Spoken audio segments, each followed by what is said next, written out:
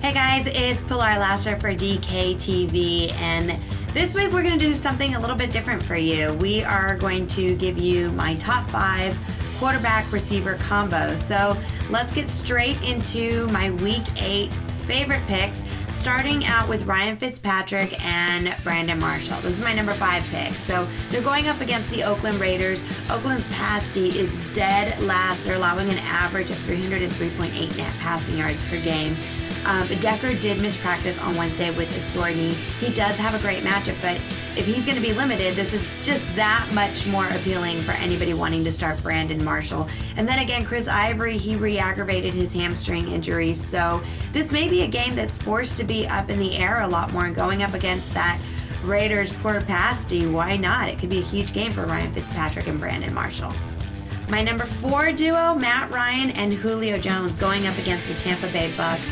Last week, Julio Jones had 9 catches for 92 yards and a touchdown, but he saw 17 targets. Leonard Hankerson, he did suffer that serious hamstring injury and is questionable for this week. So with that hamstring injury, Julio Jones just may see that amount of targets against the Tampa Bay Bucks. It's a great matchup. Of course, Devonta Freeman, he's totally been cutting into the air game, and that's obvious. He's so darn good. But right now, the Bucks are handing out passing touchdowns like candy to kids at Halloween. Right now, they've given up 15 to date. So this could be a big bounce back game for Matt Ryan. My third favorite duo, Carson Palmer and John Brown, going up against the Cleveland Browns. Last week, Larry Fitzgerald was used more as a blocker. You know, he only finished up with 5 targets, 3 catches, and 39 yards. It was very disappointing. But what that did mean was that John Brown continued to see the production for Arizona. The Browns, they are ranked dead last in the run D, so we're probably going to see Chris Johnson have a big game, and he can possibly throw a big old monkey wrench in this whole theory of mine. But still, quarterbacks are managing to put up numbers against them. They're allowing an average of 242.1 net passing yards, and to date they've given up 11 touchdowns. So this could be a duo where John Brown sees the end zone a couple times. My number 2 duo that I like this week, Eli Manning and Odell Beckham Jr. going up against the Saints. Look, last week I know that Odell Beckham Jr. and Eli Manning, they pretty much just burned everybody in fantasy that played them.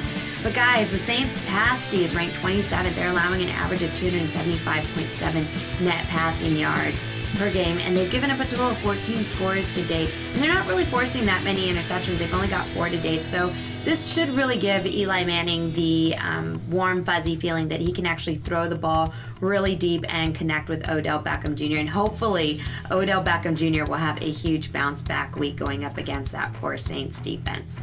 And my number 1 choice of quarterback receiver combo for the week is going to be Philip Rivers and Keenan Allen going up against the Baltimore Ravens. The Ravens are allowing everyone to have some type of offensive fantasy value right now. So both Keenan Allen and Danny Woodhead could have big games. In the last 3 games, the Baltimore Ravens have allowed Carson Palmer, Colin Kaepernick, and Josh McCown to all have 2 touchdowns against them. So this could be a big game because we all know how much Philip Rivers loves to throw that ball, and we all know how well he can connect with Keenan Allen. So that is my number 1 favorite combo for week 8.